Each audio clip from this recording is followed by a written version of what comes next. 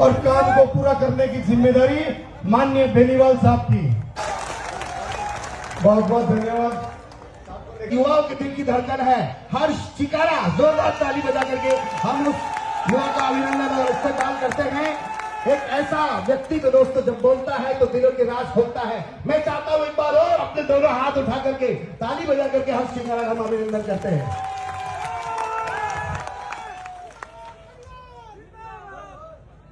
सम्मानित बुजुर्ग, नौजवान साथी, आवाज सुन रही मातर शक्तियां, आप सभी के चरणों में हरियाणा से आए आपके बेटे, आपके बच्चे हर्ष चिकारा की हाथ जोड़कर राम राम।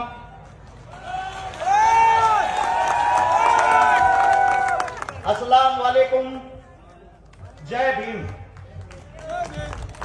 देखिए,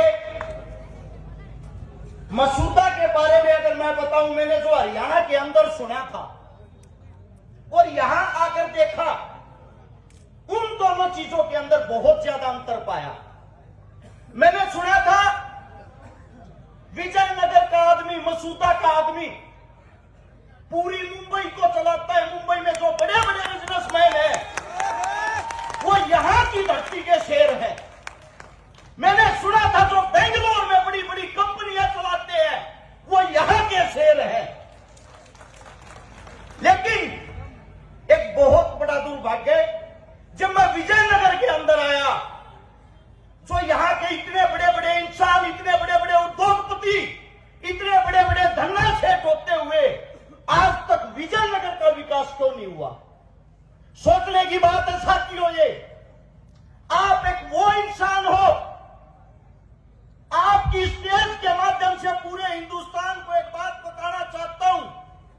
जो हमारे बीच हिंदू मुसलमान का जहर बोलते हैं, उनसे एक ही बात कहूंगा, एक चक्कर मसूदा का लगाना और यहां आकर चीता, मेरात और काठात को देखना, जिनके घरों में हिंदू और मुसलमानों का क्या भाईचारा और क्या मेल मिलाप आप लोगों को देखने को मिलेगा।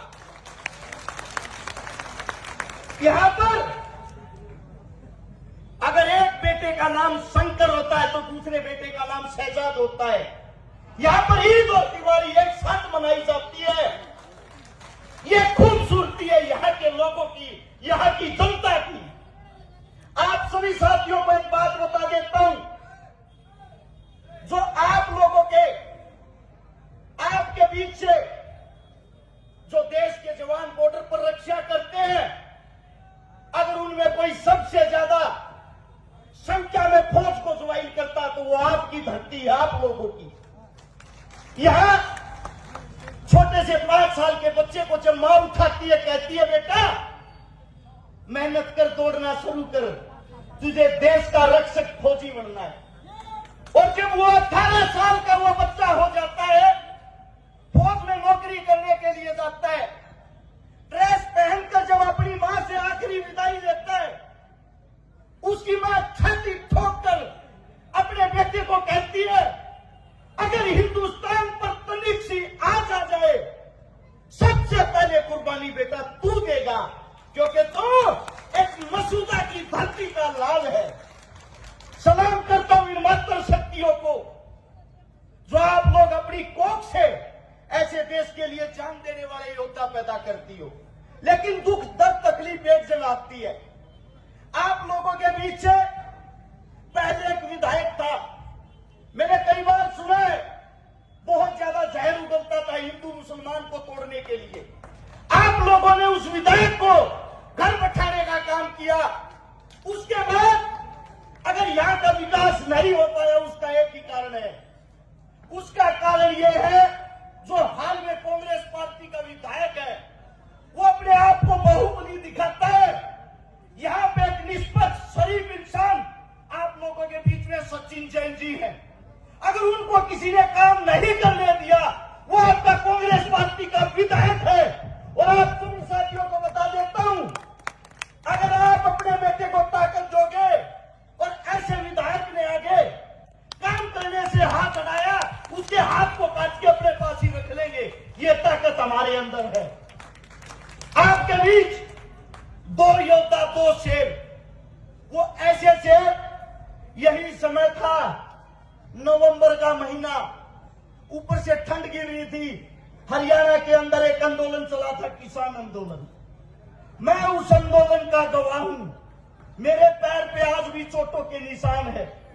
अगर आप ये सोचते हो बीजेपी आई आप लोगों का भला होगा, तो आप लोगों का बहन दूर करता हूं। उस आंदोलन में उन किसान बेटों पर, उन किसान पुत्रों पर, उन किसान बुजुर्गों पर ये आपकी बीजेपी सरकार सरेआम ठंड के महीने में आंसू गैस के गोले छोड़ रही थी, पानी कैनन वाटर का इस्तेमाल कर रही थी, गोलियां बरसा रही थी। उस आंदोलन में 750 किसान शहीद हुए।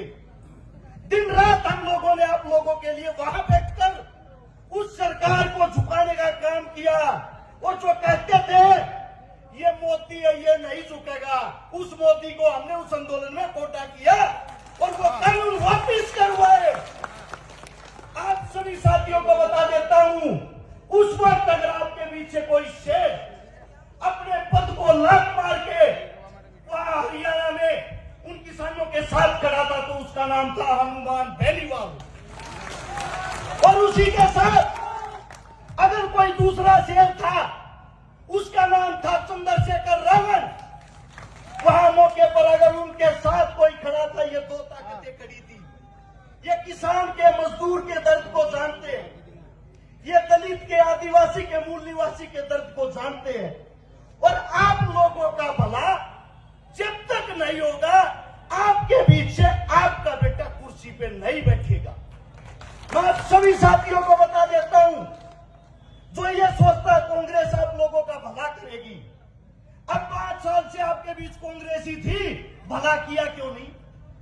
आप सबसे पूछना चाहता हूं, उनको भला करना था जो वे बड़ी बड़ी इस वक्त चुनाव के टाइम पे अपना मेन्यू दिखाते हैं, अगर हमारी सरकार आई ये करेंगे वो करेंगे। अरे सरकार तो आप लोगों की ही थी, करना था तो अभी कर लेते। और जिसको ये लगता है हनुमान और चंद्रशेखर की 10-12 सीट आएंगी, वो एकदम गलत है। हाल फिलहाल हमारी 40 सीट राजस्थान के अंदर आती है, हर सीट पे घूमता हूं मैं। एक बात और बता देता हूं, हम किसी के साथ सरकार नहीं बनाएंगे, सब हमारे साथ सरकार बनाने आएंगे। क्या आप लोगों के बीच से वादा है, अब की बार अगर राजा की कुर्सी पे कोई बैठेगा, राजा की कुर्सी पे कोई बैठेगा, वो आपके बीच से आपका बेटा होगा। और जो कहते हैं हमारी सरकार बनेगी, हमारी सरकार बनेगी, उनको बता देता हूं, ये हमारी नहीं, ये अपनी सरकार बनेगी, आप लोगों की सरकार बनेगी। और जिनको लगता है हम कुर्सी लाने के लिए आए हैं, हम कुर्सी लाने के लिए नहीं, अब की बार कुर्सी को हथियाने के लिए आए हैं। एक हाथ जोड़कर आप लोगों से सिर्फ इतनी ही गुजारिश करूंगा, आप सबसे एक विनती है, आपके पास लोग आएंगे बहलाने के लिए, पुलाने के लिए, भगाने के लिए, जोड़ने के लिए, तोड़ने के लिए, जाति की कसम खिलाने के लिए, धर्म की कसम खिलाने के लिए। जब आपका बेटा बॉर्डर पे जाता है, क्या वो शहीद अपनी जाति या अपने धर्म के लिए होता है?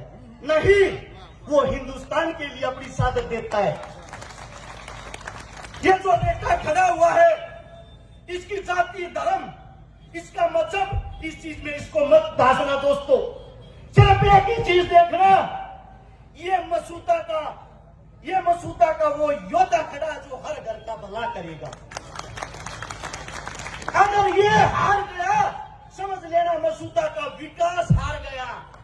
कांग्रेस यहां बन ली, बीजेपी यहां बन ली, बार बार बनते आ रहे हैं, तब उनसे विकास नहीं हुआ, तो एक मौका हमारे अपनों का भी होना चाहिए।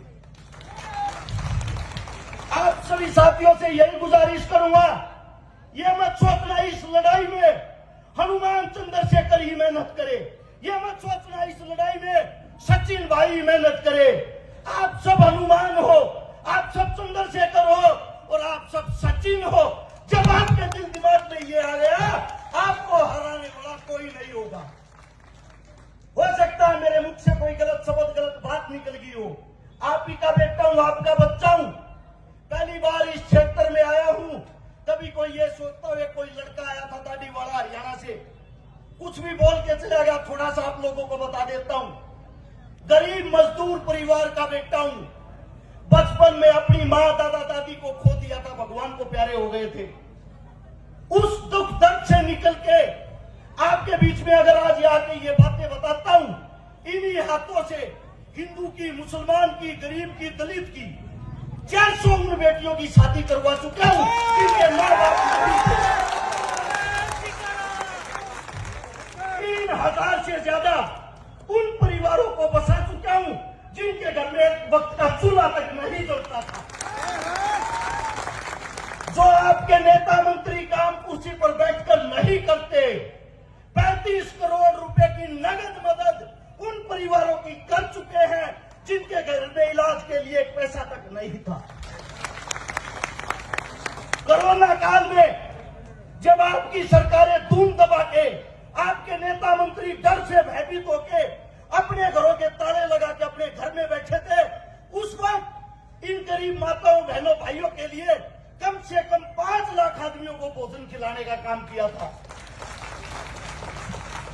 135 से ज्यादा सरकार के खिलाफ आंदोलन लड़ चुके हैं, हर बार विजयी होके आए हैं। इसीलिए कहता हूं अब की बार हमारी हार कैसे हो जाएगी।